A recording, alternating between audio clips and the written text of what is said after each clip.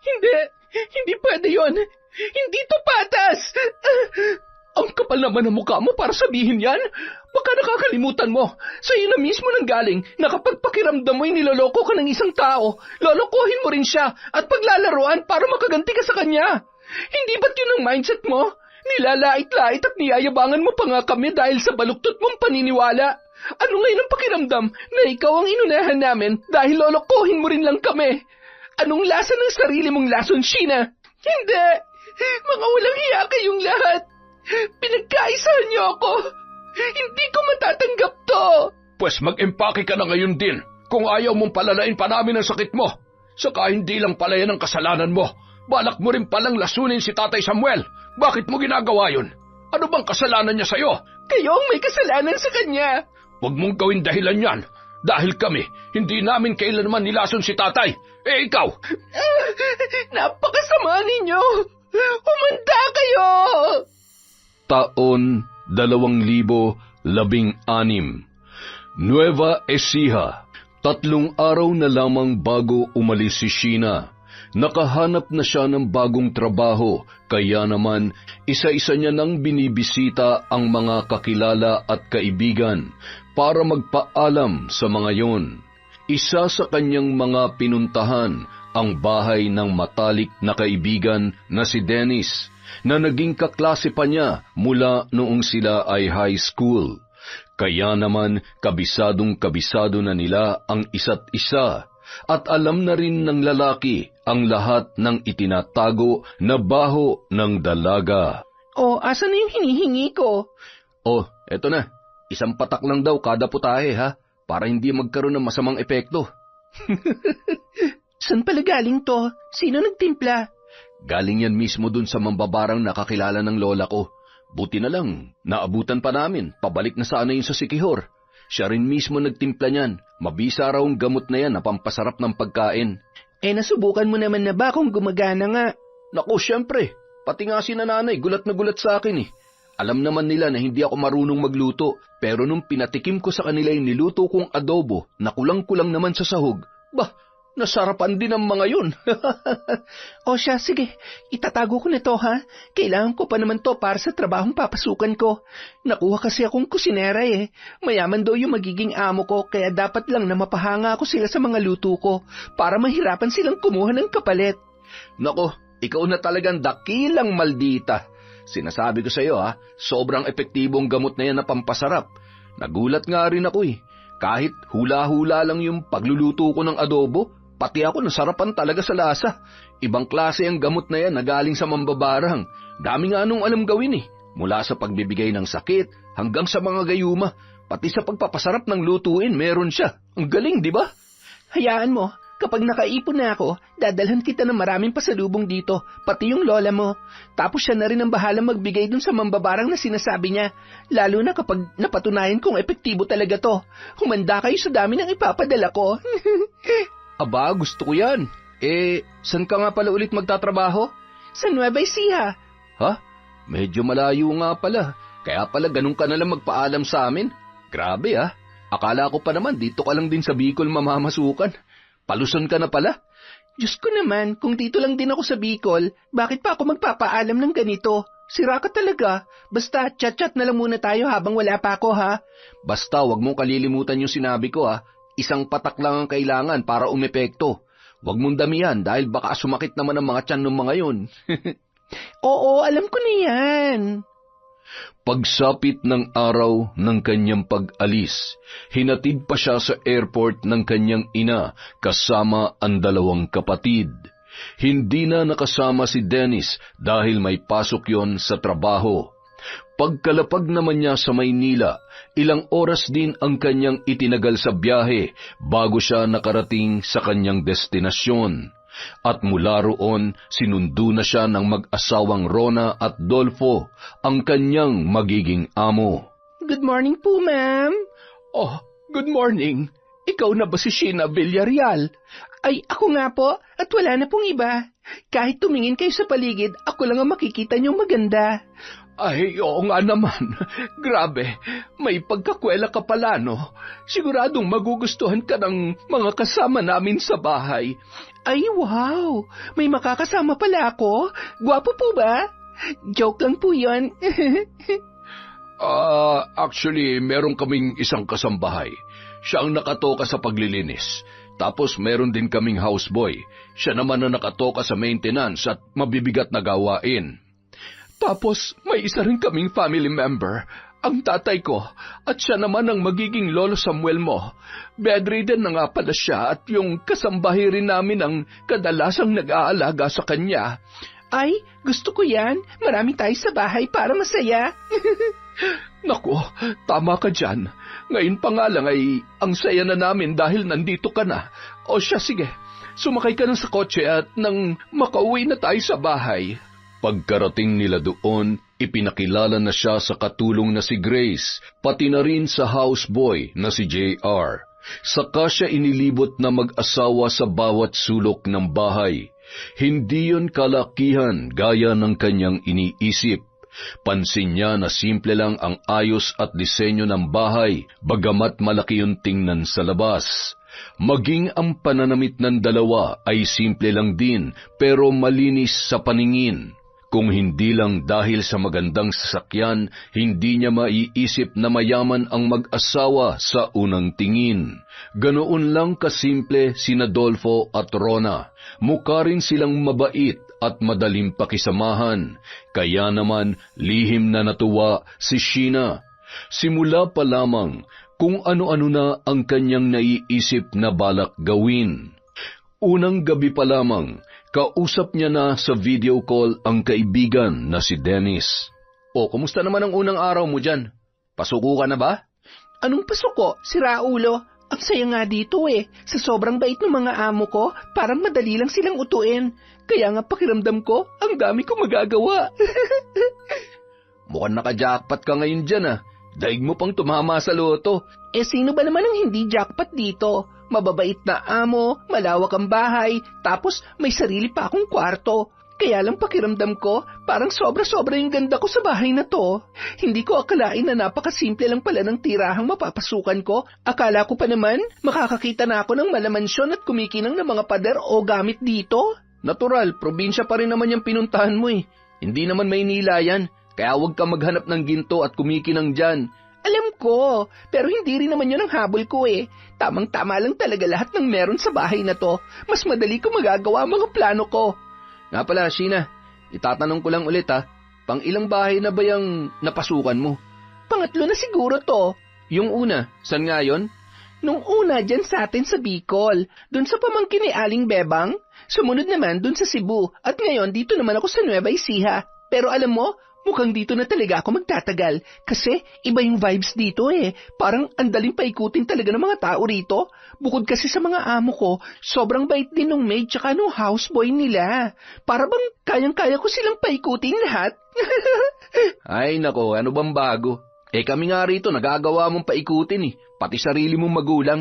As if naman hindi kayo nakikinabang no? Dahil sa ginagawa ko, ang dami ko namang naiuuwing pasalubong sa inyo. Pero seryoso, mukhang mas magtatagal talaga ako rito at mas marami ako mananakaw. Doon kasi sa mga unang napasukan ko, medyo 50-50 yung swerte ko eh. Doon sa una, tiba-tiba nga ako pero napalayas naman agad. Sa pangalawa, medyo masungit at istrikto yung amo ko, kaya konti lang ang nakuha ko. Pero dito, mukhang marami ako mapapakinabangan. Pero syempre, kikilalanin ko muna silang lahat para malaman ko rin kung paano ko sila paiikutin. Ay, nako, ikaw talaga, Sheena. Ikaw na. Wala nang tatalo sa'yo. O sige, good luck na lang dyan, ha. Hihintayin ko yung mga pasalubong na sinasabi mo. Sana lang may ma-arbor kang magagandang damit dyan para naman may bago akong pamporma. Naku, tamang-tama. May gwapong houseboy kami rito at malaki ang katawan. Tapos mukhang magaganda rin yung mga damit niya. Sige, hayaan mo. Makikipag-close din ako sa kanya para malaman ko kung paano ko siya makukunan ng damit. Sa'yo yung damit, akin yung ano niya. Ay nako, bahala ka nga dyan. Bye na, kakain na ako. Naging masaya ang unang linggo ni Sheena sa kanyang pinapasukan. Hindi tulad sa mga nauna niyang pinagtrabahuhan. Doon, Pagluluto lang ang kanyang trabaho. Siya ang nakatoka sa kusina at pagkain nilang lahat. Sa gawaing bahay, sa pagluluto siya pinakanadadalian, pero hindi rin siya eksperto sa bagay na yon. May lasa naman ang kanyang luto, pero hindi yun espesyal. Parang simpleng putahe lang na pang-araw-araw ang dating. Pero dahil sa tulong ng gamot na meron siya ngayon na galing daw sa isang mambabarang, nagawa niyang pasarapin ng sobra ang kanyang mga niluluto. Kaya naman, puring-puri siya ng mga amo at kasama niya sa bahay. Akala nila eksperto siya sa pagtitimpla ng kahit na anong lutuin. Tuwan-tuwa naman si Sheena dahil epektibo ang isang patak ng gamot na yon. Nabibigyan nito ng tamang lasa ang lahat ng putahing lutuin niya kahit iba o mali ang paraan ng pagkakaluto. Isang araw, muli silang nag-video call ni Dennis at ibinalita niya yon sa kanyang kaibigan. Grabe, totoo nga. Epektibo nga talaga tong gamot na pampasarap. Piruin mo, gustong-gusto nilang luto ko. Dahil dito, nakakuha pa ako ng teknik para makakupit. Araw-araw kasi binibigyan ako ng budget para sa pagkain at ako na rin na namamalengke. Pero ang ginagawa ko, hindi ko na binibili lahat ng mga sahog. As in, kulang-kulang yung mga ingredients na ginagamit ko. Pero dahil dito sa binigay mo, sumasarap pa rin. As in, sobrang sarap talaga, ha? Pati sila nagulat at laging napaparami ang kain. Pero wala silang kaalam-alam na kulang-kulang yung sahog, kaya yung kalahati ng budget, nabubulsa ko. Wow, grabing scam yan ah. Big time. Big time ka dyan. Anyway, aalis na pala ako at mamamalengke ulit ako sa bayan. Mamayang gabi na tayo mag-usap, ha? Busy na ulit akong rumampa dito eh. Sige lang, rumampa ka ng bongga dyan hanggang sa pumaldo ka. Paalis na sana ang dalaga nang bigla niyang marinig ang boses ng among babae. Paglingon niya doon, nasilayan niya sa pinto si Rona. Ngumiti yun sa kanya at lumapit. Sheena, bago ka umalis, ibulsa mo muna to. Ha? Ano po yan, ma'am? Langis ito na may halong orasyon. Lahat kami rito ay may ganito tuwing lumalabas. Para saan po ba ito? Protection laban sa masasamang elemento? Hindi lang sa masasamang elemento, para na rin sa mga mangkukulam at mambabarang. Kapag may ganong mga nilalang sa paligid mo, iinit ang bote ng langis na ito. Kapag naramdaman mong uminit sa bulsa mo, lumayo ka agad sa lugar na kinalalagyan mo. Pag wala na yung init, ibig sabihin, wala na rin ang mambabarang sa paligid mo. Ha? Mambabarang? Bakit naman po? Saka, di ba para sa mga aswang lang yung ganyan? Meron din po pala sa mga mambabarang.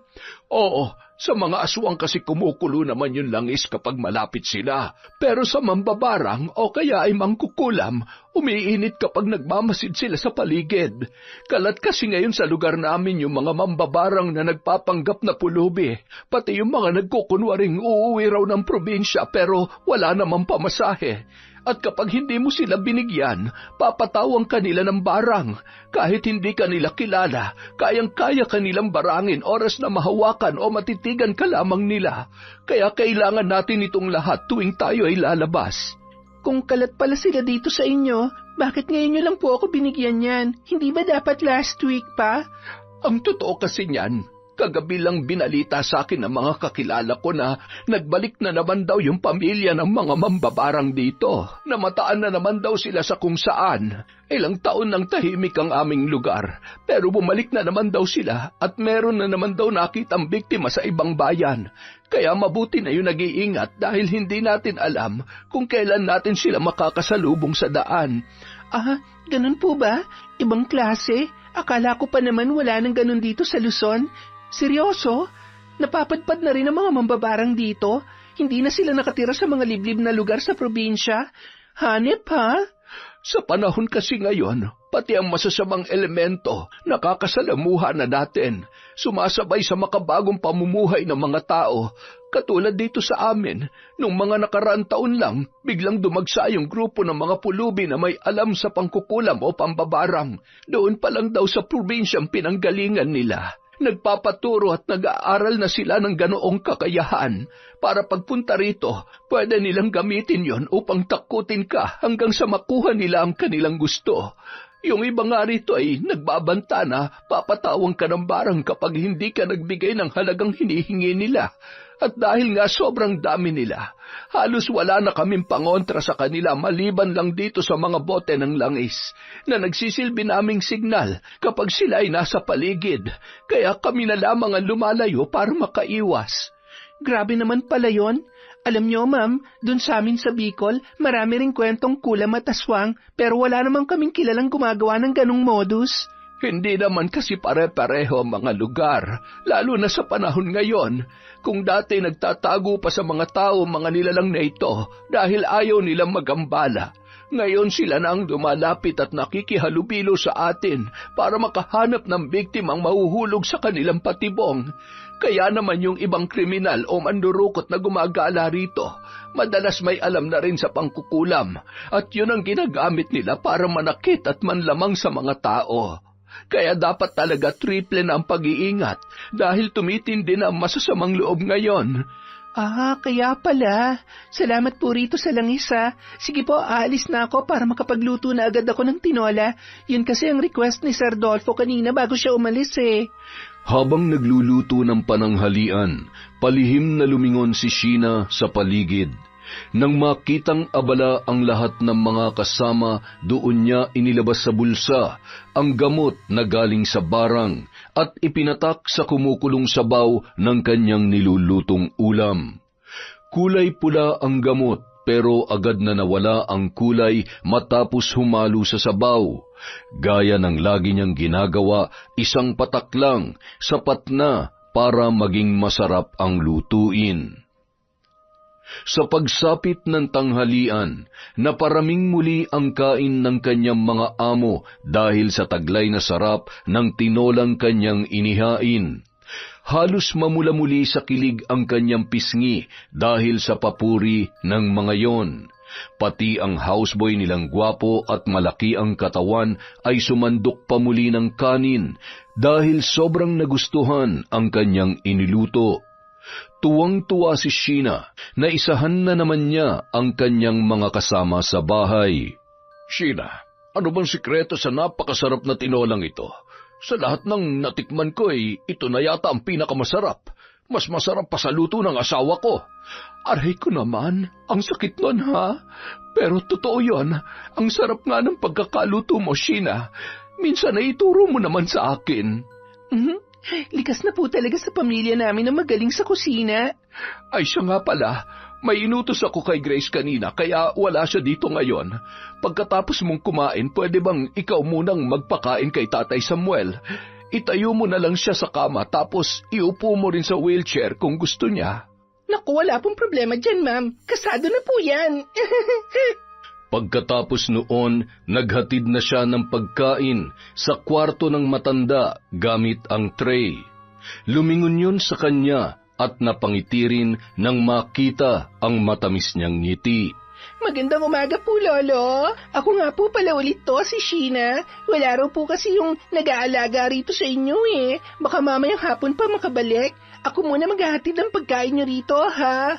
Ay, taga saan ka nga ulit, iha? Taga Bicol po. Ay, ang layo mo pala. Kumusta naman ang unang linggo mo rito? Ayun, masaya naman po. Sigurado ka ba? Sana lamang ay magtagal ka. Yung kasing ibang mga kinuha ni Rona noon, taga malalayong probinsya rin gaya mo. Kaso lamang ay ilang buwan lamang ang itinatagal. Naho-homesick siguro kaya umuwi rin kaagad.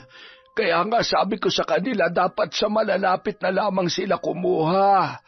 Ay nako, wala po kayo magiging problema sa akin. Kung sila gustong umalis, ako naman kabaliktaran. Gusto ko nasa malayong lugar ako gaya po nito dahil mas nag-enjoy ako kapag malayo sa pamilya ko. Ay, ganun ba? Eh bakit naman?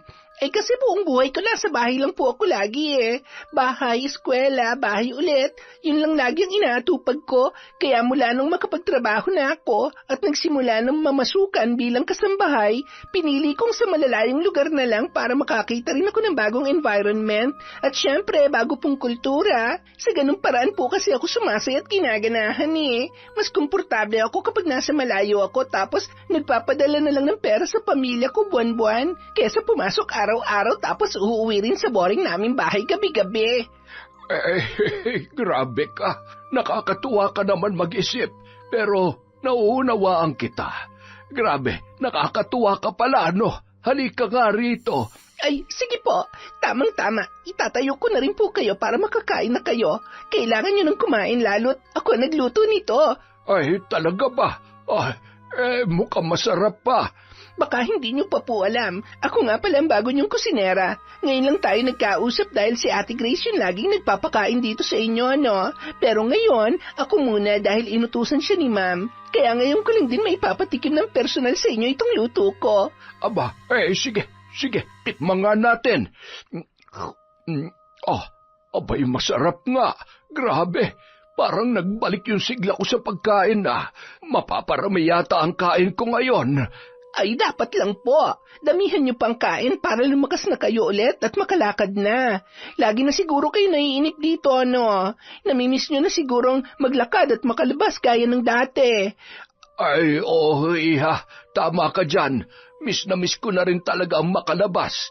Pero sa katunayan, nakakalapas din naman ako minsan. Naka-wheelchair nga lang at tulak-tulak pa ni Grace. Iba pa rin yun dati na wala pa akong sakit kung saan-saan ako nakakarating. Mahilig kasi akong maglakbay. Ay, ganun po ba?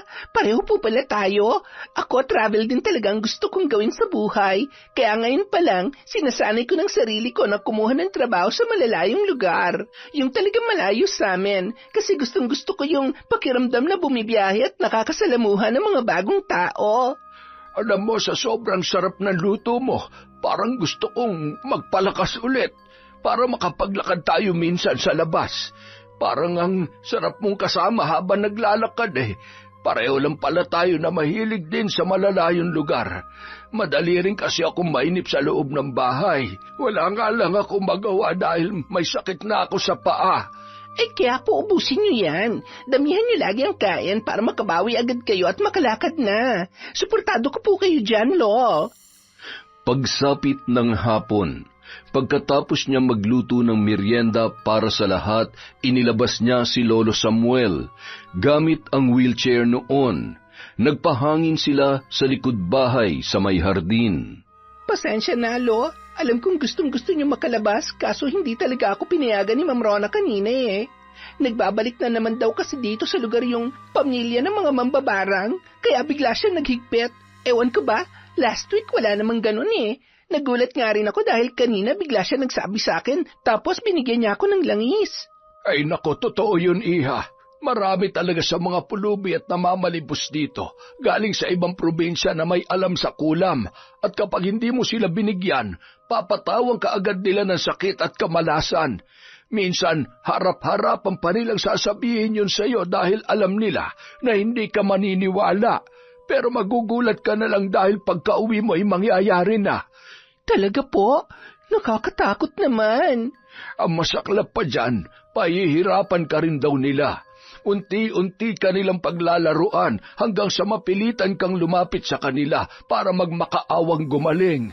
At kapag hindi ka pa rin nagbigay sa kanila ng malaking pera, doon ka papatayin sa barang o kulam. Ganoon ang kanilang modus hanggang ngayon. Hindi na patalim ang hawak nila, kundi manika at karayom. O minsan insekto pa na uutusan nilang sumunod at kumagat sa'yo kapag hindi ka nila nagustuhan. Ay, grabe naman po. Hindi ko alam na ganito pala nangyayari dito. Sa amin, marami rin namang masasamang loob pero hindi naman po ganon. Sigurong kinatatakutan lang sa amin kung paranormal ang pag-uusapan, mga engkanto. Malapit po kasi kami sa gubat at marami rin nagkakasakit doon, lalo na kapag nag-iingay sila o kaya pumuputol ng mga bagay sa kalikasan. Yun ang pinakamatindi naming kalaban doon, ang mga espiritu ng kalikasan mismo. Ay, hayaan mo. Hindi rin naman sila kadalasan nagtatagal dito. Kapag alam nilang wala nang lumalapit sa kanila at kapag wala na silang tao na matititigan o mahahawakan, kusa rin silang umaalis at lumilipat sa ibang lugar. Sana nga lang mamulat na ang mga mata ng mga tao dito at hindi na sila mahulog sa mga patibong ng pamilyang yon para wala na mabiktima. Sana nga po, para makapasyal na rin tayo sa labas at makita nyo kung gaano kaganda ang bayan nyo. Ang dami na raw pong mga nagbago, sabi ni Ma'am Rona, kumpara po sa itsura nito noon. Gusto ko talaga yung makita. Sa totoo lang, ang tagal ko na rin hindi nakakalabas. Pero alam mo kung ano mas ikinahiinis ko. Sa araw-araw na ginawa ng Diyos, sila na lamang nang sila nakikita ko. Ni mga kaibigan at kakilala ko ay hindi ko na mapuntahan. Bakit? Ano po ang problema? May galit po ba kayo sa kanila? Ang totoo niyan, sina Rona at Dolfo rin ang may kasalanan kaya ako nagkaganito. Bakit po? Ano pong dahilan? Ay nako, mahabang kwento, iha. Sa sobrang dami ng atraso nila sa akin, hindi ko na mabilang lahat. Pero sasabihin ko sa iyo ang pinakamasakit. Noong mga panahong malala pa yung sakit ko at nanghihina ako, pinapirma nila ako para sa transfer of properties at shares ng negosyo. Wala pa ako sa katinuan noon dahil nga sa karamdaman ko. Sinamantala nila ang lahat. Akala siguro nila ay mamamatay na ako. Pero nung gumaling ako at nagbalik sa tamang kaisipan, doon ko napagtanto na wala na pala ang lahat sa akin. Sa kanila na nakapangalan, sila na ang may hawak ng lahat. Kaya nga kahit bait-baitan sila ngayon ay hindi ko na magawa makisama ng buo sa kanila. Pakiramdam ko kasi kaplastikan na lamang ang pinapakita nila sa akin. Ha? Ngayon ko lang po nalaman ng tungkol dyan pero sinubukan po ba nilang humingi ng tawad sa inyo? Ginawa na nila yun noon, pero masyado nang matindi ang naging epekto para mapatawad ko pa sila ng buo. Lalo na't dahil din sa kapabayaan nila, hindi na ako makalakad. Kung ibang tao lang siguro ang nag-aalaga sa akin, baka malaki na ang pag-asang makalakad pa ako at nakarecover agad sa pagkakastroke ko noon. Ngunit hindi. Sinamantala nila ang mga panahong mahina pa ako para mailipat sa kanila ang lahat ng yaman ko. Sino ba namang matinong anak ang gagawa noon? Ang masaklap pa niyan, wala rin ginawa si Dolfo para pigilan ang asawa niya. Hinayaan lamang niyang samantalahin ako ng sarili kong anak. Ganong kaduwag ang lalaking yan, kaya hindi ko na matatanggap pang kahit na anong paghingi nila ng tawad. Kung ganun pala, buti hindi po nila kayo sinubukang lasunin. Pasensya na po sa nasabi ko ha, napaisip lang kasi talaga ako. Dahil kung tunay ngang sinamantala nilang kahinaan nyo noon, buti hindi nila kayo naisipang tuluyan, lalo na't nasa kanila na lahat ng yaman ninyo. Alam mo, sa totoo lang, marami akong kakilala rito nung malakas pa ako. Kilalang kilala ko ng lahat.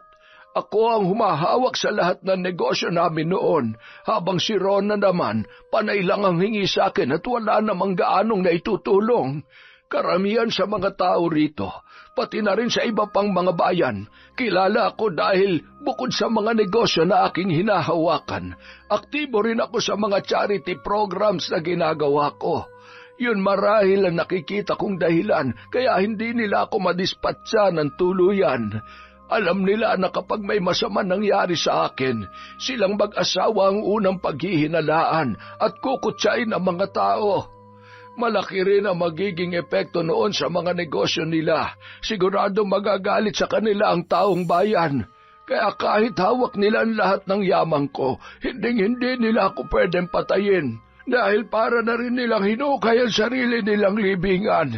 Ang isa pang naiisip ko ay baka paraan na lamang nila to para ipamukha sa akin kung paano nila pinakikinabangan lahat ng ari-arian ko habang ako'y nasa wheelchair na lang at wala na magawa. Ay, at kung tama nga ang hinala kong yon, parang mas masaklap na rin yon kesa sa kamatayan. Grabe naman po pala yon. Ibig sabihin, alam din ng mga taon tungkol sa away ng pamilya nyo? Alam din nila na galit kayo sa sarili ninyong anak? Noon pa man, away-bati na talaga kami ni Rona. Mas lalo pang tumindi yon nang maging asawa niya si Dolfo, na laging kumukonsinti sa kanya. At kahit noon pa man, sa akin na pumapanig ang karamihan ng mga tao dito. Pero mula nang magkasakit ako at manghina, mukhang nagbait-baitan sila sa mga tao at pinapaniwala na ayos na kami. Kaya medyo lumamig ang ulo sa kanila ng mga kapitbahay dahil pinapakita nila na inaalagaan nila ako. Yan din ang dahilan kaya hindi papayag ang mga yon na lumabas ako rito. Natatakot sila na baka magsalita ako sa mga tao tungkol sa baho nila na pilit nilang itinatago. Naku, napakagrabe naman po pala. Hindi ko akalaing ganun pala kalala ang away niyo ng sarili niyong pamilya. Yun ba ang dahilan kaya si Ate Grace ang laging nagpapakain at nag-aalaga sa inyo? Dahil ayaw niyo makita ang sarili niyong anak? Ay nako, tama ka dyan, Iha. Pero sa katunayan, medyo hindi rin buo ang tiwala ko kay Grace. Alam ko na pinakikisamahan lang din niya ako dahil utos yun ni Rona. Kaya pinagtsatsagaan ko na lang din ang babaeng yon.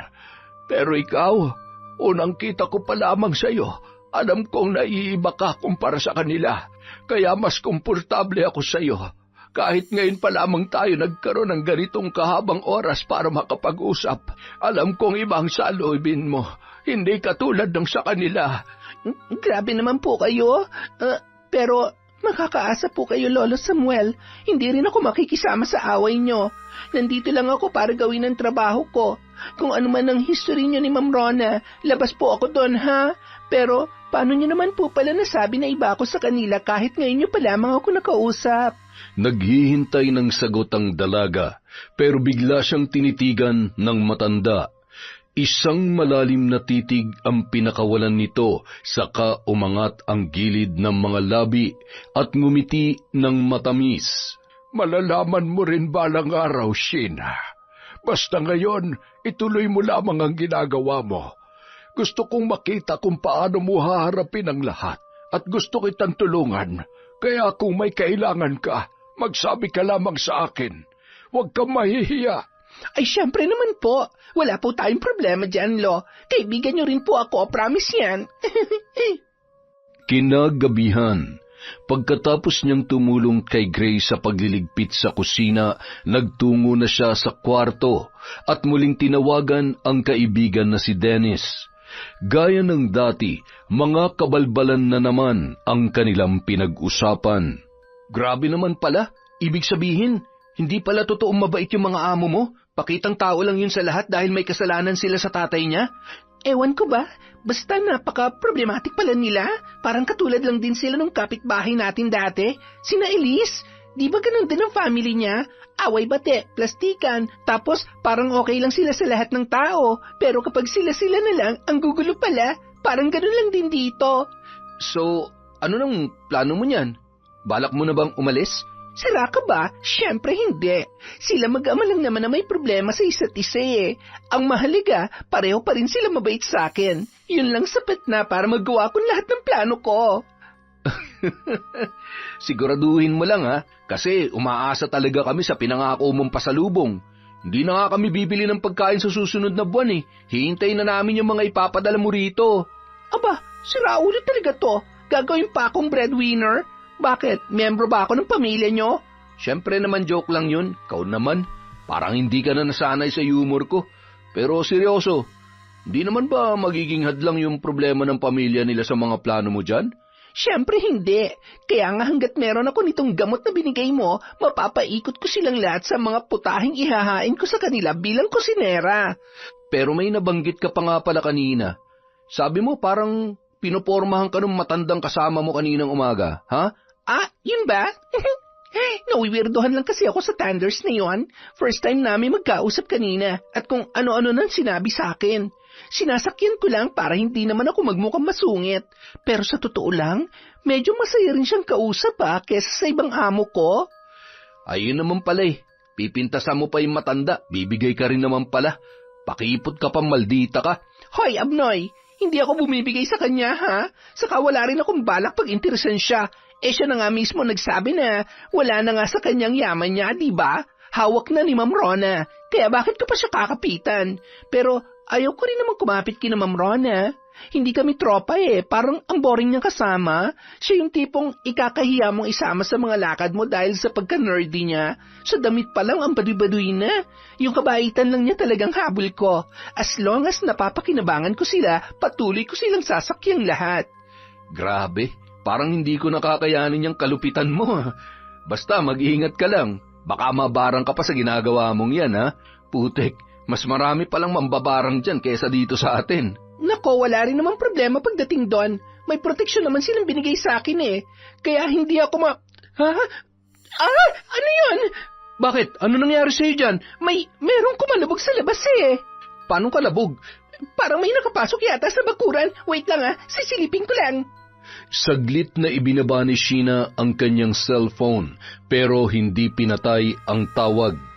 Dahan-dahan niyang binuksan ang bintana ng kanyang silid para silipin kung saan nagmula ang ingay na yon. Pagkabukas noon, nagulat siya sa kanyang nakita. Isang lalaking nakaitim na jacket ang kanyang nasilayan sa may bakuran. Nakatayo yun doon, natatakpan ang muka pero nakatutok ang ulo nito sa kanya.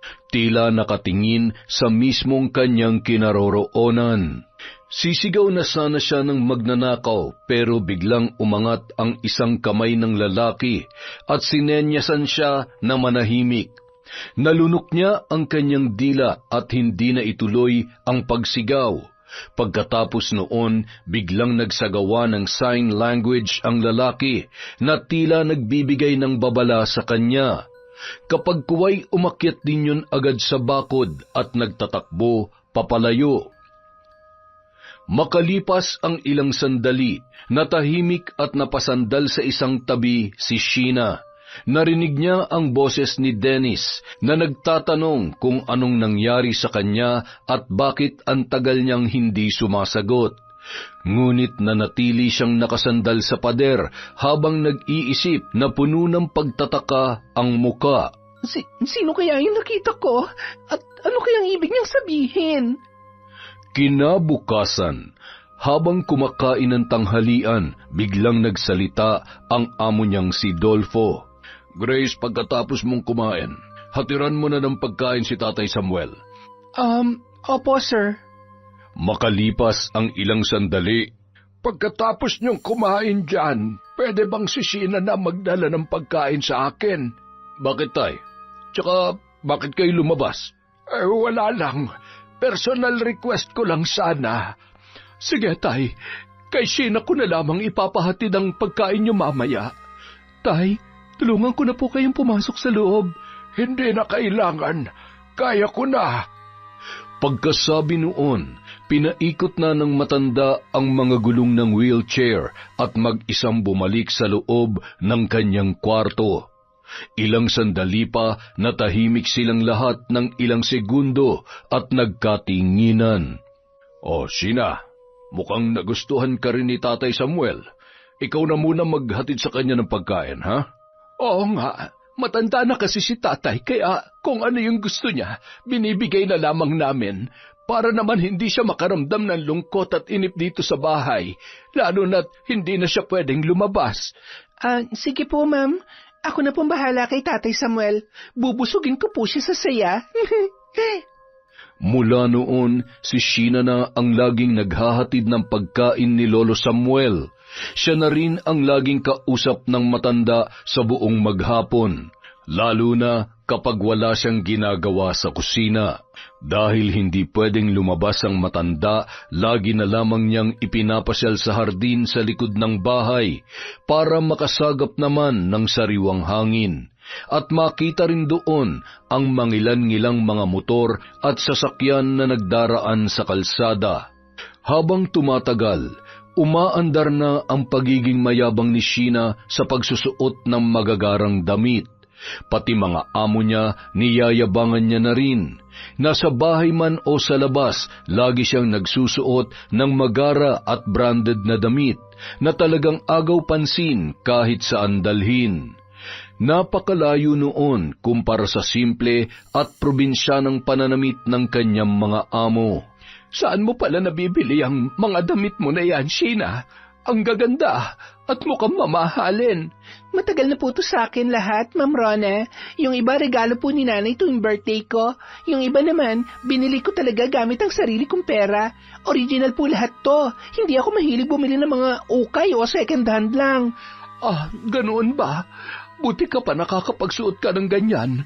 Kami kasi nasanay na talaga sa mga simple lamang.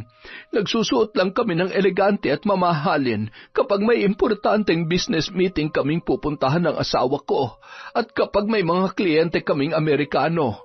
Pero kapag dito-dito lang, tinatamad na kami magbihis ng ganyan kasi ang init dito sa amin.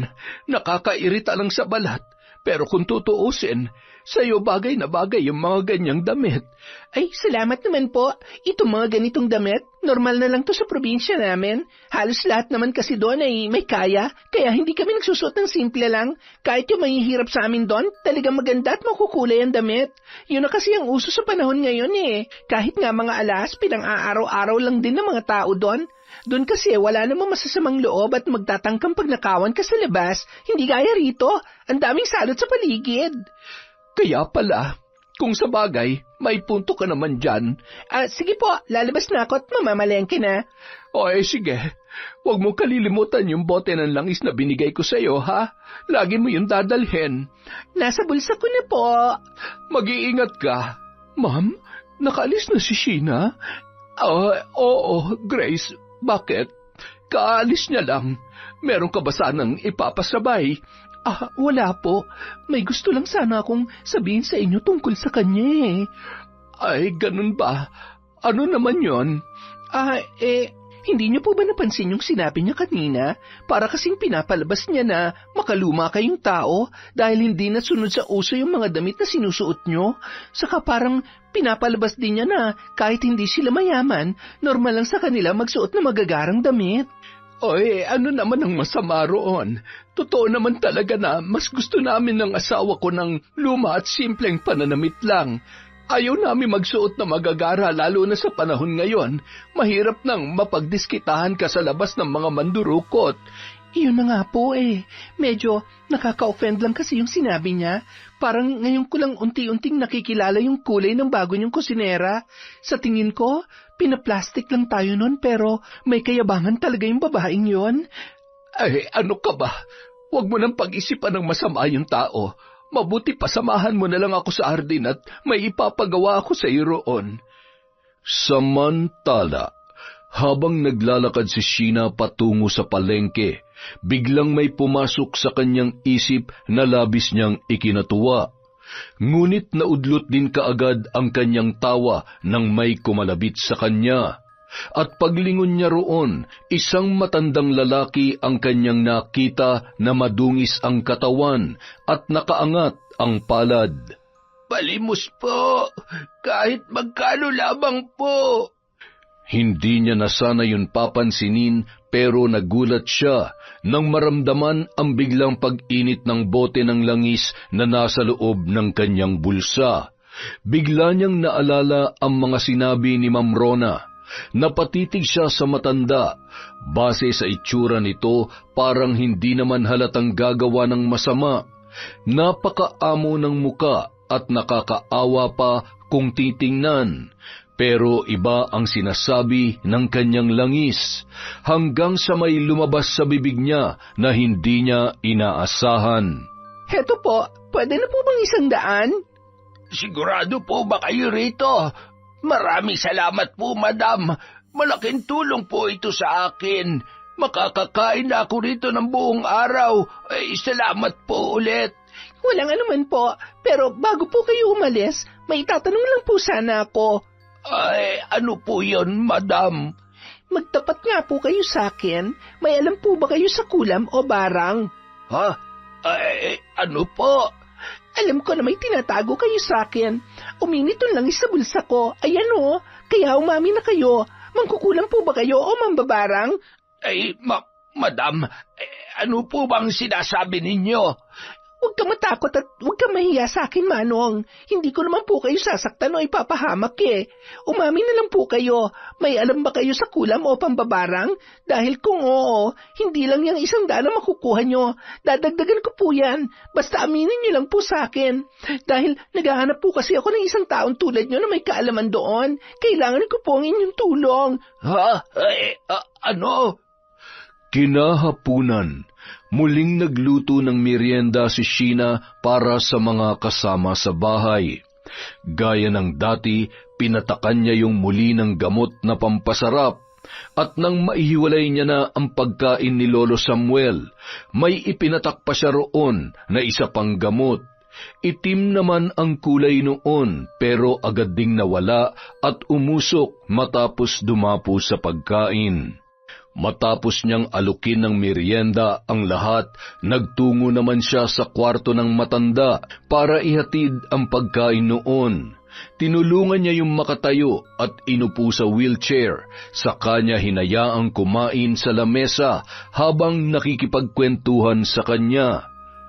Pagsapit ng gabi, ipinatawag silang tatlo sa kusina ng mag-asawa. Sa Lunes, babalik ulit kami sa Maynila. Magiging busy na ulit kami ni Rona sa mga trabaho at negosyo ang hawak namin. Kaya habang wala kami, sa inyong tatlo muna namin ipagkakatiwala ang pamamahala rito sa bahay. Ikaw, Grace, palagi mong pananatilihing malinis ang bawat paligid para hindi kayo magkasakit, lalo na si tatay. Ikaw naman, Sheena, palagi mong ipaghanda ng masustansyang pagkain ng mga kasama mo. At dahil ikaw na rin na nagpapakain kay tatay, alagaan mo mabuti ang diet niya, ha? At huwag mong pakakainin ng mga bawal kahit makiusap pa siya sa iyo. Ikaw naman, JR, ang bahala sa maintenance na kailangan gawin dito sa bahay. Kapag may kailangan i-repair o palitan, tawagan mo ako agad para mapadalhan kita ng kailangan mong budget. Maliwanag na ba ang lahat? Opo, maliwanag na po sa amin. Ingat po sa pagbabalik niyo sa trabaho, Sir Dolfo at Ma'am Rona. Habang magkasama muli sina Sheena at Lolo Samuel sa kwarto nung mga oras na yun, magkausap naman sina Grace at ang houseboy na si JR sa hardin habang nagdidilig ng mga halaman. Pansin mo ba? Parang masyado ng pabibo yung bago nating kusinera. Sino? Si Sheena ba? Malamang, sino pa ba? Sinabihan ko na nga si Ma'am Rona eh. Parang ngayon palang unti-unting lumilitaw yung tunay niyang kulay. Bakit? Ano ba napapansin mo? Tuwing nagsasalita kasi siya parang ang lambing-lambing pero hindi naman sincere. Tapos nung isang araw, may sinabi siya kay Ma'am Rona na parang nakaka-offend. Buti na lang hindi nasaktan si Ma'am. Pero ako, hindi ko gusto yung tono ng pananalita niya. Hindi ko gusto yung vibe na pinapakita niya. Para bang sa kabila ng pagiging kwela at masayahin, meron siyang tinatago. Parang may hidden agenda siya. Sus, paano mo naman nasabi yan? Kung ano-ano na naman na nakikita mo eh. Alam mo, sa probinsya namin, madali namin makilala ang tunay na kulay ng isang tao dahil sa pagiging mapag-obserba namin. Palibhasa may sarili kang mundo eh, kaya hindi mo alam.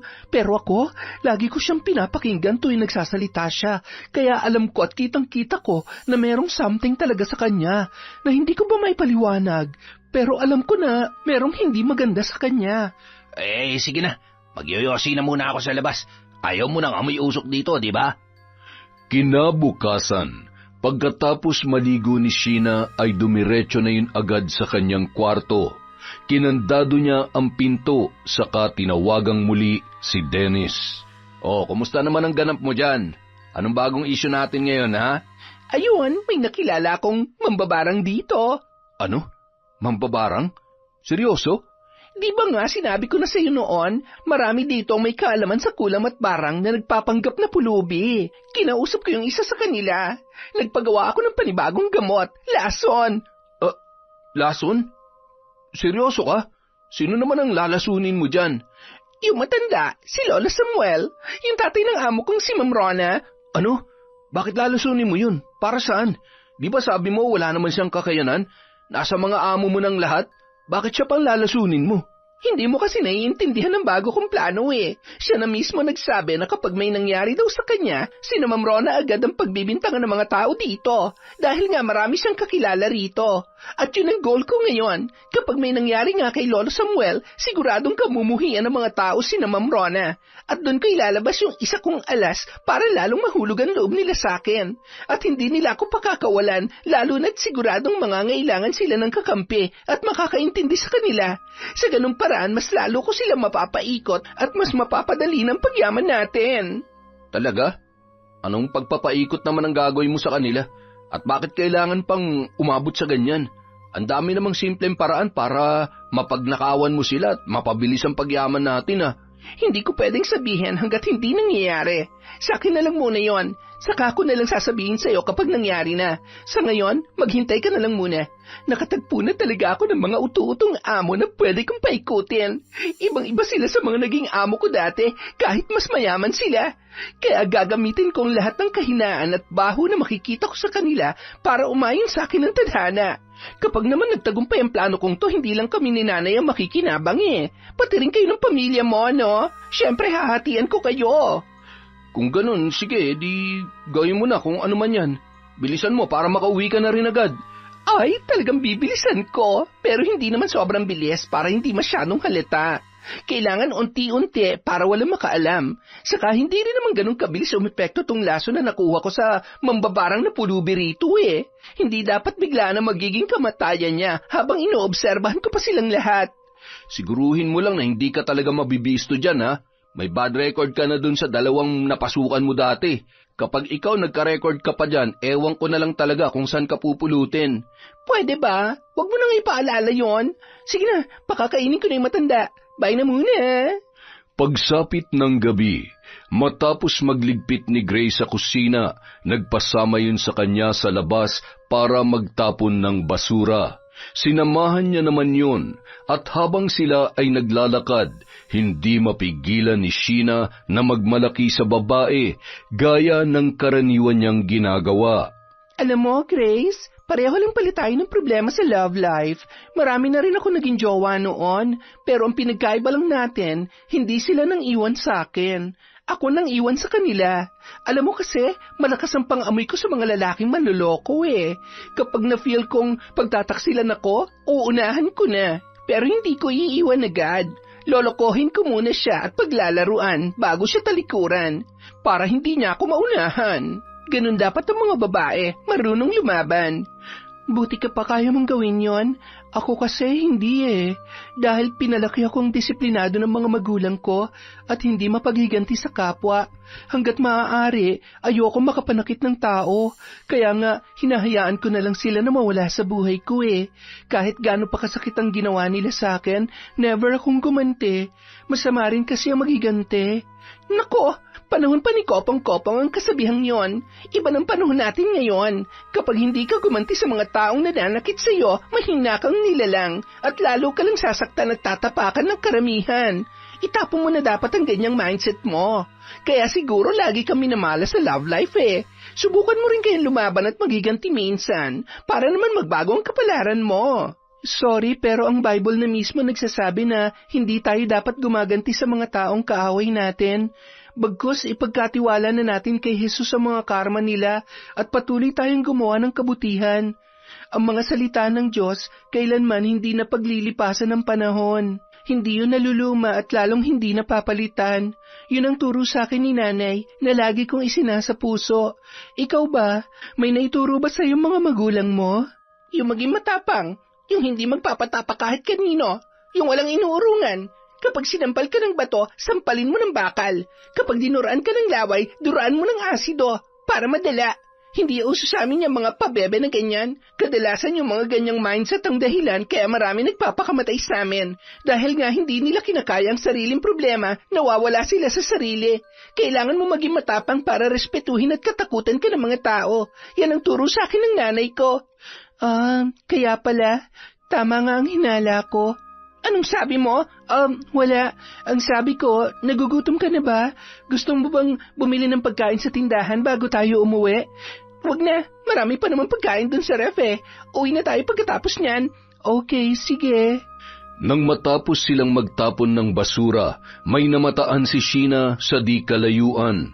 Nakita niya na naman ang lalaking nakaitim na jacket na nakita niya noon sa loob ng kanilang bakuran. Sa pagkakataong yun, may kasama na yung 3 tao sa likuran, at lahat sila sabay-sabay na nag-angat ng kamay, saka sumenyas na manahimik daw siya. Sa sobrang takot, nilingon at kinalabit niya agad ang kasamang si Grace. Uy, Grace, tingnan mo yun, oh. Ang alin? Ano ba yun? Ay, teka, wala na? Wala na sila. Sinong sila? Nakita ko ulit siya ron. Banda ron, kanina nandun pa sila eh. Ngayon wala na. Sino ba yung tinutukoy mo, Sheena? Nung nakaraan kasi, may nakita akong lalaking nakaitim na pumasok sa bakuran natin. Sinenyasan niya pa nga ako na manahimik eh. Tapos, tumakas din kaagad. At kanina lang, nakita ko ulit siya banda ron. Pero may mga kasama na siya. Tapos, sinenyasan din nila ako. Ano? Nasaan ba sila? Nawawala na nga eh. Hindi ko alam kung saan nagpunta. Teka, anong sinabi mo? May pumasok sa bakuran natin? Imposible naman yon, Sheena. Hindi pa siguro nabanggit sa'yo ni na Sir Dolfo, pero may hidden alarm ang bahay, pati na ang gate at mga bakuran. Kapag may umakyat doon, ma-activate yung alarm at makukuryente sila. Ano? Sigurado ka? Oo, may ganong kakayahan ng bahay ni na Sir Dolfo. Mukhang simple lang talaga sa paningin yung bahay nila pero maraming mga nakatagong high-tech na features yon, gaya ng electric shock at hidden alarm para sa mga magnanakaw. Kaya imposible makapasok sila sa loob ng bakuran. Pero nakita ko talaga eh. Promise, nakita ko talaga. Ganun yung ginawa ng lalaki. Pagkatapos niya akong senyasan, umakyat siya sa bakod tapos tumalon. Ay nako, ano ka ba? Natatakot na tuloy ako sa mga pinagsasasabi mo. Halika na nga, umuwi na tayo. Sabahin na natin pag-usapan yan. Kinabukasan, habang nagluluto si Sheena, palihim naman siyang pinag-uusapan ni na Grace at JR sa labas ng bahay. Habang tumatagal talaga, lalo nang nagiging mayabang ang babaeng yan. Biruin mo nung nagtapon kami ng basura nung isang gabi kung ano-ano mga sinabi niya sa akin. Pinagmamalaki pa niya talaga na kapag naramdaman niyang lolokohin siya ng jowa niya, uunahin niya raw na manloko bago niya iwanan. Para bang pinapalabas niya na puro paghihiganti at karahasan lang ang laman ng utak niya. Yun pa raw ang tinuro sa kanya ng nanay niya. Napakayabang talaga ng babaeng yan. Hayaan mo na nga siya. Iba-iba naman talaga ang ugali ng mga tao base sa lugar na kinalakihan nila. Malay mo naman, ganun lang talaga sila sa Bicol. Hoy, marami akong kakilala sa Bicol, no? Mababait ang mga Bicolano. Ang layo ng ugali nila kumpara kay Sheena. Hindi ganun ang totoong Bicolano. Baka pamilya niya lang ang masama ang ugali. Tapos, ano nang binabalak mong gawin? Gusto ko sanang hanapan ng baho ang babaeng yan para makumbinsi ko sina Sir Dolfo na hindi siya dapat pagkatiwalaan. Ano ka ba? Itigil mo na nga yan. Para sa akin, pasado siya dahil magaling siya magluto. Kahit ikaw, hindi mo pwedeng itanggi yan. Pagdating sa trabaho niya sa kusina, nagagawa niya naman talagang responsibilidad niya. Kaya walang dahilan para siraan mo siya kina boss. Hindi ko naman siya sinisiraan. Inilalayo ko lang sina boss sa pwedeng masamang mangyari sa kanila. Malakas talagang kutob ko na may something sa kanya na dapat ko malaman eh. Alam mo naman kami mga babae, malakas ang pakiramdam namin. May mali talaga sa kanya, kaya dapat ko yung alamin. Nako, bahala ka na nga dyan. Sige na, lilinisin ko na muna yung aircon dun sa kwarto nila boss. Binilin sa akin yun ni Boss Dolpo eh. Isang araw, muling hinatiran ni Sheena ng pagkain si Lolo Samuel sa kanyang kwarto. Tahimik niyang pinagmasdan ng matanda habang kumakain. Lihim siyang napapangiti tuwing susubo at lulunukin ng matanda ang pagkaing may lason na unti-unting nagpapahina rito. At habang hinihintay niyang mangyari yun, patuloy niyang sinakyan at pinakisamahan si Lolo Samuel. Ngunit habang pinagmamasdan niya ang matanda, bigla na lamang siyang nakaramdam ng pananakit ng tiyan. Lolo, sisiyar muna ako saglit, ha? Sige lamang, Sheena. Pagkalabas ng kwarto, agad siyang nagtungo sa banyo at doon pinakiramdaman ang pananakit ng kanyang tiyan. Noong una, akala niya nadudumi lamang siya, pero di nagtagal, umakyat na ang sakit hanggang sa kanyang dibdib. Di kalaunan, bigla siyang nasuka. Gulat na gulat siya nang makita na may buhay na mga bulate sa kanyang suka. Gumagalaw pa mga yon na parang kitikiti.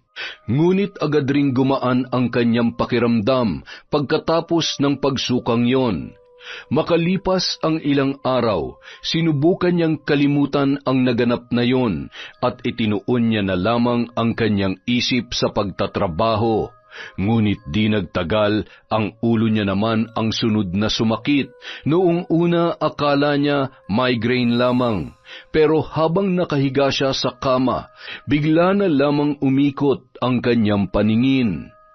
At nang sinubukan niyang imulat ang mga mata matapos yung kusutin, laking gulat niya nang makita sa harap ng aparador ang lalaking nakaitim kasama ng 3 pa nitong kasamahan na nasa likuran noon. Gaya ng dati, muling umangat ang kanilang mga kamay at sumenyas kay Sheena.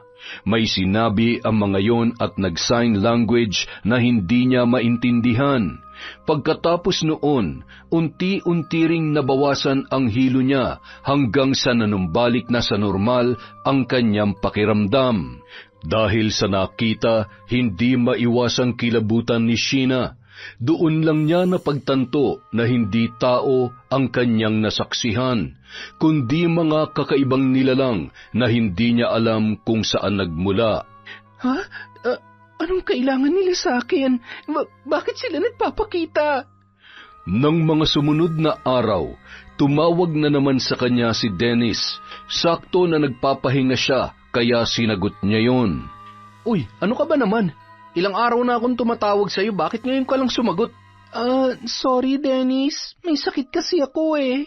Ilang araw na ako nagpapahinga, hindi na nga ako nakakapagluto eh. Ganun ba? Himala, tinablang ka yata ng sakit ngayon. Akala ko ba mahaba ang sungay mo at hindi ka tinatablan yan? Huwag mo nga akong bisitin, baka kung ano pa magawa ko sa'yo. Joke lang naman yun. Bakit? Ano bang nararamdaman mo? Ewan ko, hindi ko maintindihan. Nung una, tiyan ko yung sumakit at nagsuka ko. Pangalawa, nahilo ako ng sobra.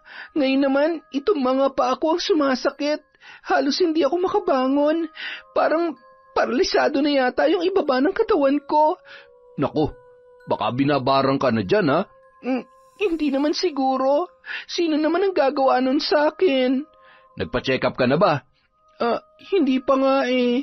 Ayoko sana hanggat maaari. Sayang naman tong naipon ko galing sa mga kupit ko sa budget na binibigay nila sa akin. Nilalaan ko sana to para pambili ng mga bago kong damit at sapatos eh. Uunahin mo pa talagang pamporma mo kaysa sa kalusugan mo, ha? Pero ano naman ang magagawa ko? Ganyan ka naman talaga noon pa lang. Pagaling ka na lang dyan, ha? Nang mga sumunod na araw, gumaan na muli ang pakiramdam ni Sheena kaya nakapagluto na siya sa bahay. Gaya ng dati, hinaluan niya muli ng 1 patak ng gamot ang ulam bilang pampasarap. At habang inihahanda niya ang hapagkainan, sumaglit siya sa kanyang silid para bunutin ang kanyang cellphone na nakacharge. Nang lingunin niya ang kanyang kama, napansin niya ang bote ng langis na bigay ng kanyang amo. Nakalimutan niyang itago yon sa kanyang bag. Ngunit pagkadampot niya rito, nagulat siya dahil sobrang init ng langis. Nabitawan niya yun agad gawa ng pagkapaso. Nagtaka siya at napaisip, Teka, bakit umiinit to? May naligaw bang pulubi na mangkukulam sa paligid? Sinubukan niyang sumilip sa bintana pero wala namang tao doon. Imposible rin na may makapasok dahil nasa labas si JR at may nire-repair na gamit, habang si Grace naman ay nasa labas din at nagwawalis sa bakuran. Hanggang sa nagulat na lamang siya nang biglang may kumatok sa pintuan. Agad niya yung pinagbuksan. Nasilayan niya si Lolo Samuel na nakangiti sa kanya. Sheena, pwede mo ba akong samahan sa banyo? Sige po, Lo. Tara po. Ako na magtutulak dito sa wheelchair nyo. Dahil doon, bigla na lamang nawala sa kanyang isip ang pag-init ng langis. Sa kanya isinara ang pinto ng kanyang silid.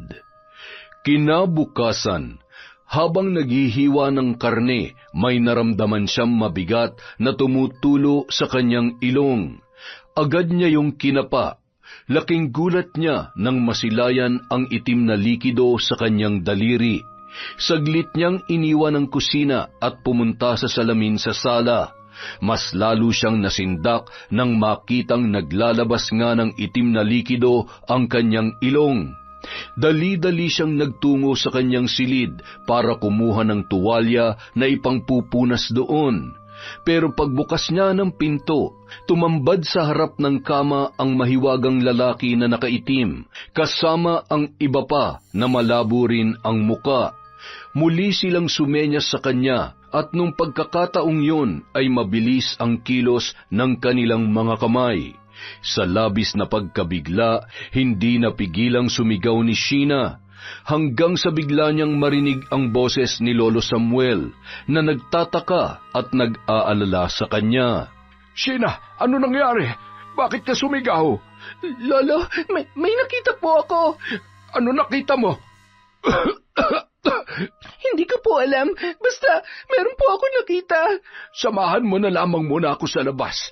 Gusto kong makasagap ng sariwang hangin. Para kasing masama ang pakiramdam ko eh. Hindi ko maintindihan ang sarili ko ngayon. Saka para mawala na rin ang takot mo. Halika na. Sige po, Lolo. Mula noon, kung ano-ano na ang mga nangyayari sa kanya na hindi niya maintindihan. Ang paglabas ng itim na likido sa kanyang ilong ay naulit pa ng mga sumunod na linggo. At tuwing mangyayari yun, laging nagpapakita ang mahiwagang lalaki. Bukod pa ron, may nakakaparin siyang bukol sa kanyang tiyan.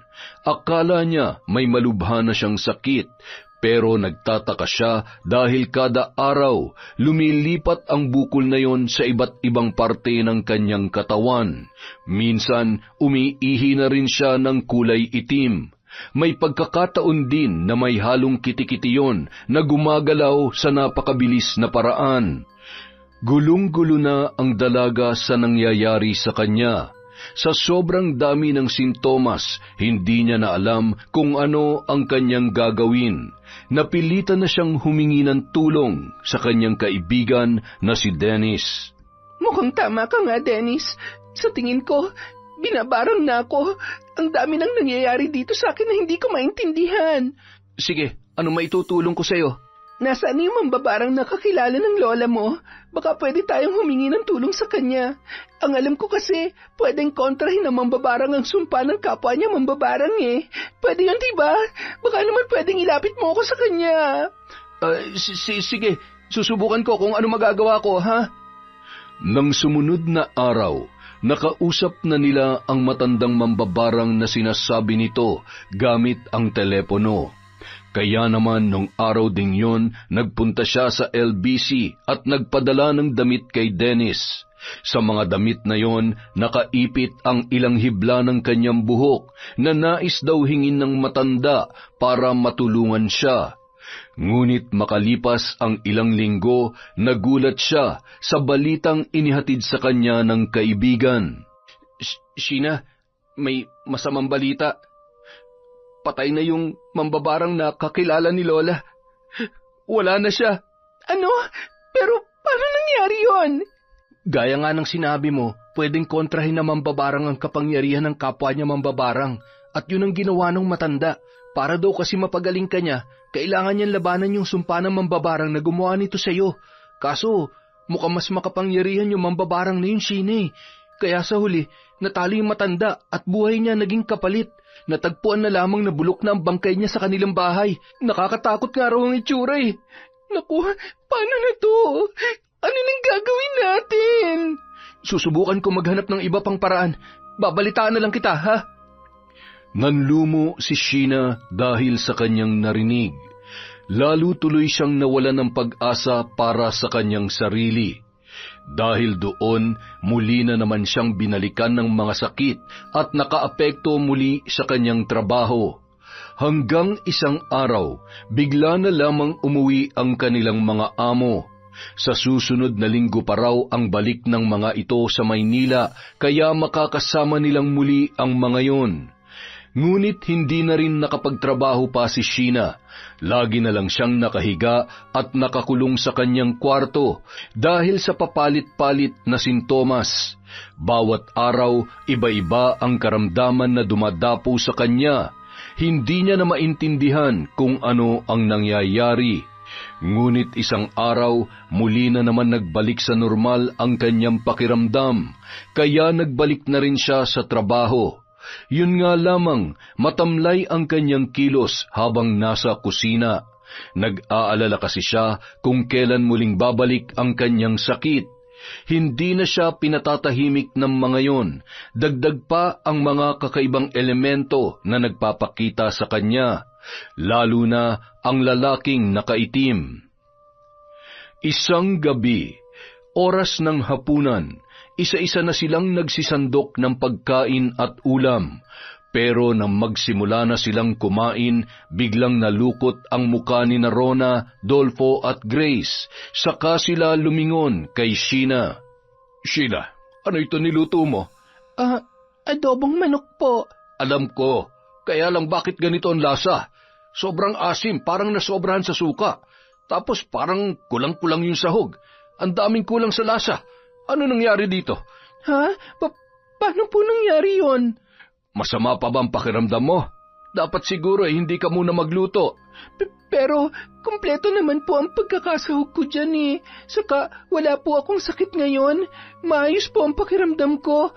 Di ba nga po, nasarapan naman kayo sa luto ko kaninang tanghali? Paano mukhang kulang yata ang pagkakaluto mo ngayon dito, Sheena? Kaya siguro hindi masarap ang adobo. Anong hindi masarap? Lagi ka namang marami nakakain sa luto ko ah. Kaso mukhang hindi na kami mabubusog ngayon dahil alam na namin ang sikreto mo eh. Di ba naglalagay ka nito sa mga luto mo? Gulat na gulat si Sheena nang biglang ilabas ng babae ang bote na naglalaman ng gamot na inihahalo niya sa mga pagkain para magkaroon yun ng pambihirang lasa. Laking pagtataka niya kung paano yun napunta kay Grace. Bakit nasa iyan? Saan mo nakuha yan? Hindi pa ba obvious? Sa'yo ko nakuha to, Sheena. Akala mo siguro hindi ko alam ang kalokohang ginagawa mo, ano? Para sabihin ko sa'yo, matagal na kitang minamanmanan. At doon ko nalaman na kaya pala masasarap ang mga luto mo dahil ito nilalagay mo. Isang gamot na galing sa mambabarang. Tama ba? Pampasarap ng pagkain? Saan mo nga nakuha yan? Bakit ka nakikialam sa mga gamit ko? Hayop kang babae ka? Mas hayop ka. Wala ka nang pakialam kung paano ko ito nakuha sa'yo. Ang tanong namin ang sagutin mo. Bakit mo kami niloloko, Sheena? Bakit mo niloloko si Ma'am Rona at Sir Dolfo? Pinaniwala mo kami na magaling ka magluto, tapos gagamit ka lang pala ng ganito? Mandaraya? Mandurugas? Kung makapagsalita ka, parang hindi ka nabubusog sa mga niluluto ko ah. Tapos kung ano-ano pang sasabihin mo sa akin?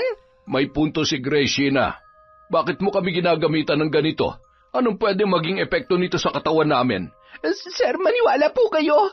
Wala pong masamang epekto yan sa katawan nyo. Pampalasa lang po talaga yan na karaniwang ginagamit sa probinsya namin.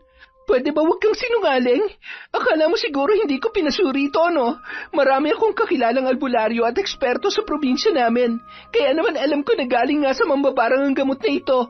Yung mga sangkap na ginagamit dito mula rin sa mga karaniwang kagamitan ng mambabarang. Tama ako, di ba? Hindi ka makakatanggi. Huwag mo akong pinagbibintangan. Baka mahampas kitang babae ka. Sige, subukan mo. Hindi ako natatakot sa'yo. Tama na yan. Sagutin mo na lang kami, Sheena. Bakit mo nagawa ito? Hindi ko po sinasadya, Sir Dolfo. Maniwala po kayo. Hindi ko po talaga sinasadya. Patawarin niyo po ako. Hindi na po mauulit. Pasensya ka na, Sheena. Pero alam mo naman kung gaano karami ang mga pulubi at pamilya ng mga mambabarang na gumagamit ng gayuma at kulam dito sa lugar namin. Nag-iingat lamang kami sa mga ganong tao. At dahil sa ginawa mong ito, wala ka na rin pinagkaiba sa kanila. Kaya pasensya ka na. Pero sisante ka na. Kami na ang bahala sa pamasahe mo. Basta't umuwi ka na lamang sa probinsya ninyo ngayon din. Pero sir, hindi niyo po pwedeng gawin sa akin to. Pasensya ka na, pero hanggang dito na lang ang paninilbihan mo sa amin. Makakaalis ka na, Sheena. Huwag mo nang hintayin lumala pa lalo ang sakit mo. Ano po ang ibig niyong sabihin, sir? Matagal nang sinabi sa amin ni Grace ang tungkol dito.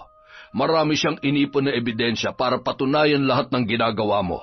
Kaya naman, hindi na kami tumanggi nang sabi niyang nais kanyang ipabarang sa kakilala nila sa probinsya para maprotektahan niya kami laban sa iyo. Hindi namin alam kung anong binabalak mo sa amin, kaya inunahan ka na lang namin.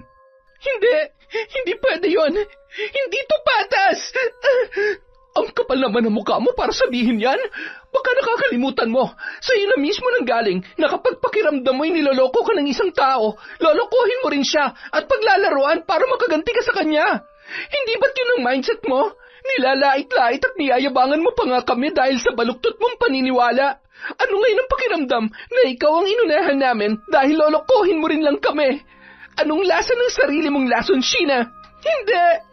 Mga walang hiya kayong lahat! Pinagkaisahan niyo ako! Hindi ko matatanggap to! Pues mag-empake ka na ngayon din kung ayaw mong palalain pa namin ang sakit mo. Saka hindi lang pala yan ang kasalanan mo. Balak mo rin palang lasunin si Tatay Samuel. Bakit mo ginagawa yun? Ano bang kasalanan niya sa'yo? Kayo ang may kasalanan sa kanya. Huwag mong gawin dahilan yan. Dahil kami, hindi namin kailanman nilason si Tatay. Eh ikaw? Napakasama ninyo! Humanda kayo! Nang gabi ring yun, nag-empake na si Sheena. Hindi niya na kinaya ang kahihiyan. Sa huli, siya na lamang ang sumuko at hindi niya na kayang magmaldita pa sa mga tao sa loob ng bahay. Huling-huli na siya at talong-talo na rin. Kinabukasan, maagang gumising ang dalaga para lumisan, pero bago siya tuluyang makalayo, bigla siyang nakarinig ng pamilyar na boses sa di kalayuan. Paglingon niya roon, laking gulat niya nang makita si Lolo Samuel na papalapit sa kanya. Sa likuran noon, nasilayan din niya ang mahiwagang lalaki na laging nagpapakita sa kanya. Nakaitim ng jacket gaya ng huli niya yung makita. At sa likuran ng lalaking yon may 3 pulubi na nakabuntot. Pagkalapit ng wheelchair ni Lolo Samuel, doon hinubad ng lalaki sa likuran nito ang suot na hood sa ulo. Ganoon na lamang ang pagkagimbal ni Sheena nang masilayan niya si JR, ang houseboy ng naturang bahay. JR, ikaw lang pala yun? Pero paano? At Lolo Samuel, ano pong kinalaman niyo rito? Gaya ng sinabi ko noon, Iha, malalaman mo rin ang lahat sa tamang panahon. At ito na ang panahon na yon. Pasensya ka na kung nagsinungaling din ako sa iyo. Ang totoo, nagmula ang aming lahi sa mga mambabarang. Lahat kaming buong pamilya may dugong mambabarang. Pero hindi ko po maintindihan. Akala ko ba... Yun ang tunay na dahilan, kaya kami magkaaway ng sarili kong anak, Sheena. Hindi matanggap ni Rona ang lahi na aming pinagmulan. Pinipilit niyang alisin sa sarili niya ang lahi ng mambabarang. Ayaw niyang manahin ang kapangyarihang taglay ko. Kaya naman noong magkasakit ako, sinamantala nila ang pagkakataon para makuha ang yaman ko. Sa ganoong paraan nila ako ginantihan dahil sa pamimilit ko sa kanila na yakapin ang pagiging mambabarang. At isa pa, yung mga pulubi o grupo ng mambabarang na kumakalat dito, hindi talaga sila totoong pulubi. Ang totoo niyan, mga kamag-anak ko sila, lahat mula sa malayong probinsya namin. Pinapunta ko sila rito para bantayan ako at protektahan laban sa sarili kong anak.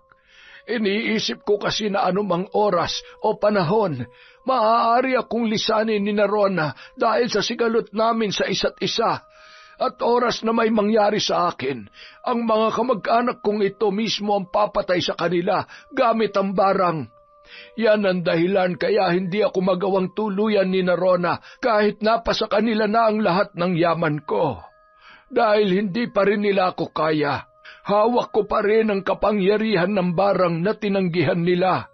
Akala siguro nila'y nalamangan na nila ako dahil nakuha nilang kayamanan ko. Nagkakamali sila. Ibig sabihin, kabilang din sa mga kamag-anak niyo si JR? Tama ka. Isa siya sa mga inutusan kong pumunta rito noon para ako'y bantayan.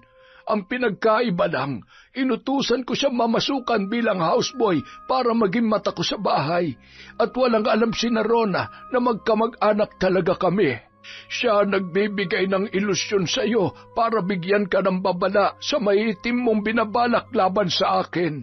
At para sabihin ko sa iyo, sa akin din nagmula ang lahat ng mga kakaibang sakit at sintomas na naramdaman mo. Ako nagdedesisyon kung kailan ka magkakasakit at kailan ka gagaling. Lahat ng ito, ako may gawa. Mali ang paniniwala ni na Grace. Akala nila sila ang nakapagpabarang sa iyo. Ang hindi nila alam, pinigilan ko ang sumpa ng inutusan nilang mambabarang at ang barang ko mismo ang ipinataw ko sa iyo. Teka, bakit niyo ginawa sa akin yon? Dahil unang kita ko pa lamang sa iyo. Amoy na amoy ko na lahat ng binabalak mo sa bahay ko. Noong una, balak mo lang paikutin si Rona at Dolfo para mahalin ka nila at ibigay lahat ng gusto mo. Pero habang tumatagal, kung ano-anong kadiliman ang pumapasok sa isip mo, at umabot sa puntong nais mo na rin akong lasunin para mapag-initan ng mga tao rito si Rona at lalo sila magkaroon ng malaking utang na loob sa iyo, hindi ba? Gagamitin mo yun para paikutin sila at huthutan ng pera, bagay at utang na loob. Yun ang binabalak mo. Tama ba ako? Hindi totoo yan. Hindi. Hangarin ako sa iyo kung tutuusin, Sheena. Alam mo magkaaway kami ng anak ko, pero kahit nasa kanila na lahat ng yaman ko, hindi mo naisip sumipsip sa kanila para makahuthut ng pera sa mas madaling paraan. Bagkus ay ninais mong lasunin ako para maging mas komplikado pa ang sitwasyon. Tama ako, hindi ba? At nalaman ko rin na bukod sa amin, may ibang mga amo ka rin na pinasukan noon na sinira mo rin ang buhay dahil sa baluktot na paniniwalang nakalakihan mo sa inyong pamilya. Bukod sa pagiging maldita mo, hilig mo rin manira ng buhay ng iba para lang makakuha ng kahit na ano mapapakinabangan mo. Pero hindi yun ang pagkakamali mo. Dahil ang malaki mong pagkakamali ay nung sinubukan mong gawin sa amin yon. Kaya kahit hindi maayos ang relasyon namin ng aking anak, kinakailangan ko pa rin silang protektahan laban sa iyo. Walang hiya kayo. Pinagkaisahan niyo lang akong lahat. Wala kang karapatang sigawan ng lolo namin, hoy! Pero nagpapasalamat pa rin ako sa iyo, Sheena. Dahil sa ginawa mo, sa tingin ko ngayon pa lamang kami magkakasundo ng tuluyan ng anak ko. Kung hindi ka lang siguro dumating sa buhay namin, baka hanggang ngayon nagpaplastikan pa rin kami sa isa't isa. Salamat dahil nakilala ka namin. At dahil sa masama mong binabalak, nagkaroon ng dahilan para kami magkasundo at mapagtanto ang pagkakamali namin sa isa't isa. Nagkamali ako dahil pinilit kong ipamana sa kanila ang pagiging dugong mambabarang namin, kahit ayaw naman nila. Nagkamali din sila dahil sinamantala nila ang pagkakasakit ko noon para kunin ang pera ko at ari-arian. Pero lahat ng iyon ay nawala sa puso ko dahil sa iyo, pati sa baluktot mo mga plano. Kaya maraming salamat, Sheena. Salamat sa pag-aayos sa problema ng aming pamilya. Siya nga pala, gusto ko lang din sabihin na kahit anong lason pang ilagay mo sa pagkain ni Lolo, hindi yung tatalab sa kanya. Dahil yung pulubing mambabarang na nagbigay sa'yo ng lason dati na nakasalubong mo sa daan, isa rin sa mga kamag-anak ni Lolo na pinapunta niya rito para magmasid, makiramdam at magbantay sa kanya. Nagkamali ka ng taong niloko, Sheena. Humanda ka sa karma mo. Hindi niyo ako pwedeng patawan ng parusa. Akala niyo wala akong panlaban sa inyo? May kakilala rin kami mambabarang. Marami kaming kakilala mambabarang sa probinsya namin. Kaya humanda rin kayong lahat sa akin. Hindi ko palalampasin ang pamamahiyang ginawa niyo sa akin dito sa lugar niyo. Sige lang, Iha. Gawin mo kung anong gusto mong gawin. Walang sino man ang pipigil sa iyo dahil gaya ng palaging nangyayari sa iyo dati, mauuwi pa rin sa kapalpakan ng lahat. Pero ang pinagkaiba lang ngayon, hindi lang papalpak ang paghihiganting nais mong gawin sa amin. May mawawala rin sa iyo na magpapabago sa iyong buhay. Pero hindi na yung parte ng aking barang o parusa. Isa lamang yon sa mga kakayahan ko bilang mambabarang, ang makakita ng nakaraan o hinaharap ng isang tao. Kaya ngayon pa lang, binabati na kita sa pagbabagong mangyayari sa iyong buhay, Sheena. Paalam, hanggang sa muli. Pagkatapos ng pag-uusap nilang yon, tinalikuran na siya ng matanda at itinulak na muli ng lalaki ang wheelchair papalayo, habang nakabuntot pa rin dito ang tatlo sa kanilang mga kasamahan. Hindi matanggap ng dalaga ang nangyari nung araw na yon. Umapaw ang kanyang galit at puot. Sa sobrang tindi ng kanyang emosyon, nagwala na ang dalaga sa daan. At sa kanyang pagwawala, hindi niya namalayan ang rumaragasang truck na papalapit sa kanya. At sa isang iglap lamang, isang malagim na trahedya ang naganap. Makalipas ang isang taon, masayang nagtitinda sa palengke si Sheena. Yun na ang bago niyang trabaho, kasama ang kanyang ina sa pagtitinda sa palengke. May malaki silang pwesto roon ng mga gulay, bigas at iba pang bilihin na pang-araw-araw. Malakas naman kumita kaya madali silang nakarecover mula sa kahirapan. Madalas ding dumadalaw doon si Dennis para hatiran sila ng merienda. Nung mga panahon na yun, lumpo na si Sheena. Putol na ang isa niyang paa dahil sa aksidenteng naganap noong nakaraang taon. Nilumpo siya ng kanyang karma. Yon ang naging kabayaran sa lahat ng ginawa niya, lalo na sa pamilya ni Lolo Samuel, na nagmula pala sa angkan ng mambabarang.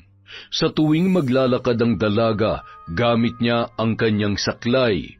Gayunpaman, hindi naging hadlang yon para makamit niya ang pagbabago. Dahil kahit kulang na siya ng isang paa, pinilit pa rin niyang magbago at kalimutan ang dati niyang baluktot na pagkatao. Kahit may kapansanan, naayos niya pa rin ang kanyang ugali at tinalikuran na ang pagiging maldita at mapaghiganti. Ang lagi nang nakatatak sa kanyang isip ay huwag gumanti sa kahit na sino man, kahit may ginawa yung masama sa kanya. Hindi niya akalain na yun na rin ang magiging mindset niya matapos niyang laitin noon si Grace tungkol sa bagay na yun. Dahil sa nangyari, nawalan na rin siya ng hilig sa material na bagay. Natuto na siyang manamit ng simple at hindi na rin nagsusuot ng magagarbong damit at alahas gaya ng dati. Kung gaano kasimple manamit ang huli niyang naging amo na sina Rona at Dolfo, ganoon na rin ang ginagawa niya sa kanyang sarili. Napagtanto niya kung gaano kasarap manamit ng simple kesa maging sentro ng atraksyon, kahit ang iba ay nagbubulungan ng masasamang salita laban sa kanya. Dahil simpleng babae na lang siya ngayon, wala nang naiinggit o nayayabangan sa kanya. Naging mas tahimik na rin ang kanyang buhay. Oh, Dennis, nariyan ka na pala. Ba't ang tagal mo naman? Kanina pa ako nagugutom eh. Ang haba kasi ng pila eh. As in sobrang haba talaga. Tapos, ang init pa. Nasaan na ba yung nanay mo para makakain na tayo? Hintayin na lang natin siya. Saglit lang yon. Teka, tulungan na kitang makaupo rito. Salamat ha. Wala yun. Alam mo, gusto ko lang ulit magpasalamat dahil sa kabila ng mga nangyari, nandito ka pa rin at hindi mo ako iniwan. Mula nung maisipan mo magbago, pati ako binago ko na rin ang sarili ko. Sa totoo lang, ayoko makarma, no? Lalo't ako na lang ngayon ang inaasahan ng pamilya ko. Hindi ako pwede magkasakit dahil wala na magtatrabaho para sa kanila. Kaya nga sa totoo lang, ngayon ko lang talaga naramdaman yung sobrang gaan ng buhay mula nung gawin ko to. Ganun pala sa feeling kapag wala kang kaaway at walang negatibong bagay na tumatakbo sa isip mo, no? Sobrang luwag lang sa pakiramdam at laging maganda ang gising mo sa umaga, tapos lagi rin masarap ang tulog mo sa gabi. Isang bagay na hindi ko naranasan noon dahil sa... Alam mo na. Kalimutan mo na yun. Ang importante, iba ng buhay natin ngayon. Kaya sige, kainin mo na yan habang mainit pa at baka matagalan pa yung nanay mo. Maraming salamat, Dennis, ha? At mula noon, ganap nang naging masaya si Sheena sa kanyang buhay. Doon niya napagtanto kung gaano kasarap mabuhay nang walang kaaway at tuksong pinaiiral sa kanyang puso at isipan. Yon! Kumusta po ang lahat? Sana po nasa mabuti kayong kalagayan, walang sakit at syempre walang iniisip na masyadong problema. Dahil dyan, meron na naman po tayong shout-out. Simulan po natin kay Kent Vincent Baslot. Wow, napakaganda ng pangalan nun ah. Hello po kay Rosette Ersando, kay Wendy, kay Beth Mercado, kay Robert Crimen. Hi kay Reza Dominguez, kay Patricia Tan, Cipriano Bagnol, Bernadette Arcalas from Cook Islands. Tama po ba? Hi po kay Sebastian Albao from Farm, Baclay. Hi kay Vilma Bautista, kay Emmy Ofalia. Happy 3rd birthday kay Freya Ray Casonete. Hi po kay Amy Carbonilla, kay Josie Aniban, kay Baby Dang Cordero. Hello kay Ellen Joy Pagurayan. Hi kay Manisan Mamot Mapadtaya, kay Chris Alcantara, kay Gay Somodio, Gila Therese Nicole Santiago. Hi kay Christine Joquino, kay Reason Ryle. Hi kay Aremic 17. Hello po kay Helen Angustia. Hi kay Ann Narciso, Amor Lim, Mercy Minda, Nena Diones, Mikmik. Hi din po kay Fel Batucabe of Mangayaw, General Luna, Quezon. Tama po ba yun? Hi din po kay Federico Santamena, Grace Hementera, kay Jenmer Garcia, kay Monica Nieves, John Robbie Bosque. Happy birthday kay Christopher Ray at Pureza Tagiwalo kahapon or nung isang araw, February 17. Hi po kay Marites Nalica, Faith Ramos, Angela J., Antonio Ortanes Jr., kay Jency, Jenna, Juliana, Jairel, Michael, at Jairine from Josephine Beroya. Hi po kay Chesa Fernan, Hayashi Megan, Chantal Blogs, kay Elizabeth Dunca. Hello din po kay Hilario Patra Jasmine. Hi din po kay Vicky Abut, kay Lolay Vilma at Tito Glenn. Ingat po palagi. Ingatan po natin ang ating kalusugan. From Jana May Creo. Hi po kay Arlene Alamsahi, kay Gemma de Ocampo, kay Annalisa Chico Diga from Consolacion Alvarez. Hello po kay Medelina Nascianceno, kay Ruby Rose, kay Virgil Latore. Insan, hi po kay Arlene Consensino. Hi din po kay Leonida Torrenueva, Marjorie Dequila, kay Mary Grace Yoting, kay Janice Delphine Ramirez, kay Kurt Mina. Hello po kay Billy Ray, Jenny May, at Ray Buendia from Lucy Buendia. Hello po kay Videos Went Viral, kay Genevieve Martino, Tats 765, Catalea Soto, Maria Seniego, kay Angelina Ignacio, at kay Den Montmon. Maraming salamat po sa walang sawang pagsuporta sa Kwentong Enteng.